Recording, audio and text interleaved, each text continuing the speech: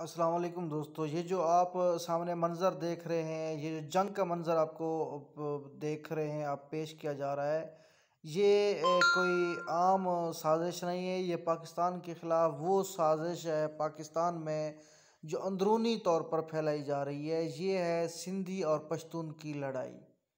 ये अंदरूनी तौर पर साजिश की जा रही है पाकिस्तान के साथ, और बैरूनी हाथ भी इसमें दखल अंदाज़ी कर सकते हैं और यकीनन कर रहे होंगे।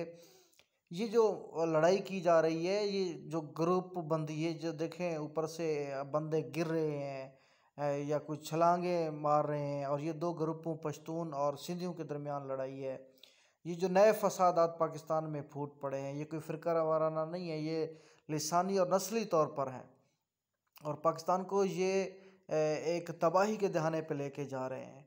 जौक दर जौक लोग लड़ने वाले, ये एक वीडियो मैं आपको दिखा रहा हूँ। इस तरह की एक दो दिन में, जो पिछले 2 से 3 दिन में फसादात बलूचिस्तान में, सिंध में और दीगर जगहों पे जो फैले हैं, ये तकरीबन सैकड़ों वीडियोस इस तरह की हैं। ऊपर देखें वो आग लगाई गई है, ये एक और लश्कर आ गया है लड़ने के लिए। तो ये जो हालात किए जा रहे हैं, हमारे हुक्मरान कहाँ हैं, हमारी रियासत कहाँ है, रियासत की रिट कहाँ है? कोई बंदा इनको पूछने वाला नहीं है, और कोई बंदा इस पे गौर करने वाला नहीं है। लोगों को बेदरेग मारा जा रहा है, और फ़िरका ये जो लिसानी फसादात हैं ये फैलाए जा रहे हैं, इलाक़ाई फसादात फैलाए जा रहे हैं। पाकिस्तान को तबाही के दहाने पे ये फसादात लेके जा सकते हैं।